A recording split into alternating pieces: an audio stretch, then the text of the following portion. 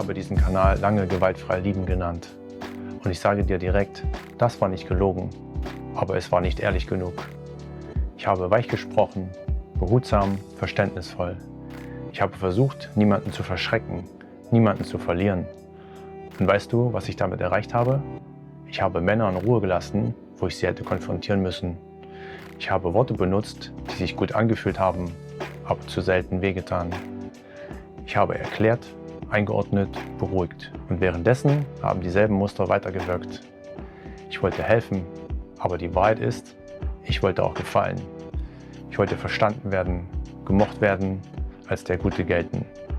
Und genau damit habe ich etwas getan, was ich eigentlich kritisieren wollte. Ich habe Konflikt vermieden, nicht im Streit, sondern in der Klarheit. Ich habe nicht gesagt, was gesagt werden musste. Ich habe nicht benannt, was weh tut, wenn man es ausspricht. Und das hier ist das Geständnis. Mit dieser Weichheit habe ich mir selbst einen Platz gesichert. Einen Platz, an den ich niemanden zu nahe trete. Einen Platz, an dem ich nicht angreifbar bin. Ich habe mich damit geschützt, nicht euch. Gewaltfrei lieben klang nach Lösung, nach Haltung, nach Ziel. Aber viele, die hier zugehört haben, waren noch nicht dort. Und ich habe trotzdem so gesprochen, als wären sie es.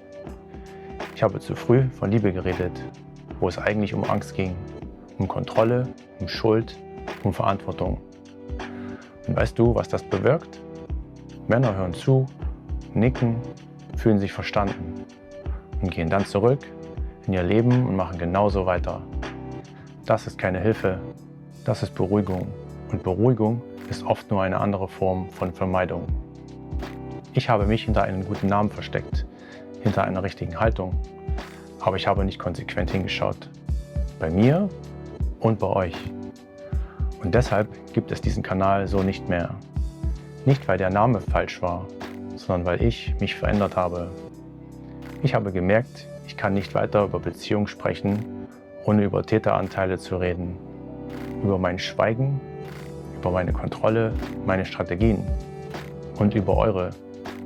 Ich habe gemerkt, ich will nicht mehr verstanden werden. Ich will, dass etwas nicht mehr funktioniert. Dass Ausreden nicht mehr greifen, dass Muster sichtbar werden. Deshalb heißt dieser Kanal jetzt André dekodiert. Nicht, weil es um mich geht, sondern weil ich mich nicht mehr verstecke. Dekodiert heißt, ich zerlege, was wir uns erzählen.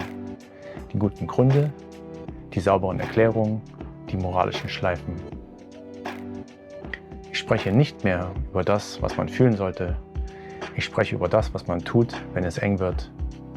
Ich spreche nicht mehr aus der Perspektive des Verstehenden, sondern aus der Perspektive dessen, der hingesehen hat und Verantwortung trägt. Das hier ist kein sicherer Raum. Das ist ein klarer Raum. Kein Trost, keine Absolution, keine Anleitung zum Bessersein. Ich werde Dinge sagen, die unangenehm sind, auch für mich. Ich werde benennen, wo ich kontrolliert habe, wo ich geschwiegen habe, wo ich mich entschuldigt habe, nur um Ruhe zu bekommen. Und ich werde dir nicht sagen, dass du okay bist. Ich werde dir sagen, wo du dich selbst täuscht. Wenn du hier bist, um dich bestätigt zu fühlen, das wird nicht passieren. Wenn du hier bist, um wirklich zu verstehen, warum Nähe kippt, warum Beziehungen sterben, warum du dich selbst verlierst, dann bleib. Das hier ist kein Rebranding für Reichweite. Das ist ein Bruch. Mit einem Stil, mit einer Rolle, mit meiner eigenen Bequemlichkeit. Ich war zu weich, nicht aus Liebe, sondern aus Angst, klar zu sein. Damit ist Schluss. Mein Name ist André und das hier ist André dekodiert. Verstehen statt verstricken.